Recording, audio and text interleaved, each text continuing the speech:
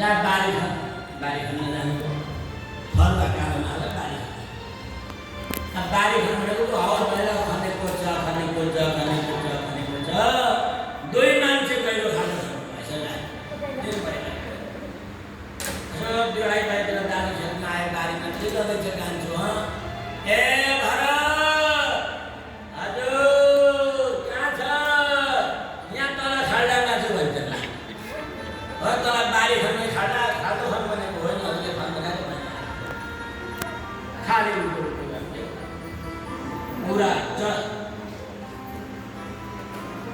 अब बिचरा भरतले बडा दिक्क हुनुभयो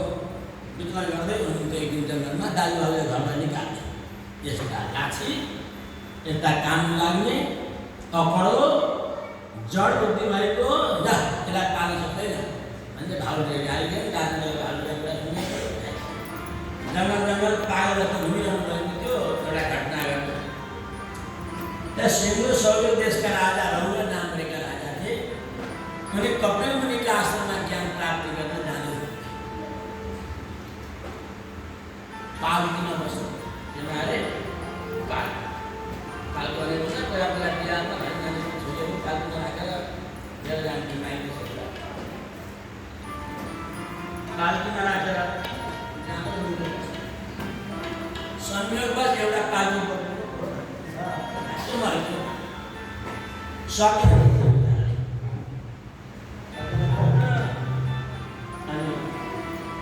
अब बालक राजा गौरवले भने ए जाऊ कट्टा दरो भयो बाङ्गोहरूको खोजेर ल्याऊ भने बिचरा त्यो अरू पाल्टी बुझ्नेहरू घुम्दै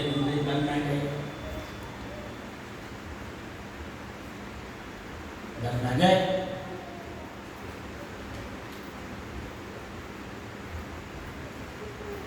ठ्याक्क जङ्गलमा भरतलाई गडबड कति खुसी भयो खोले जस्तो यस्तो मसुर दरा पाम पाखुराहरू भएका मुस्लो एकदम दरो खालको भेट्टी बाहिर लिएर गयो भरतलाई लिएर गए र पाल्की बोकाइदिए भरतले पाल्की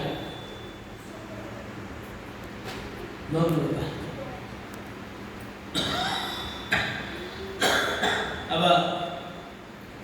भरतजीको भावना कस्तो थियो भने ईशावासिनं सर्वं यत्किञ्चित् जगत्यां जगत् यो संसारमा भगवान व्यक्त हुनुहुन्छ भन्ने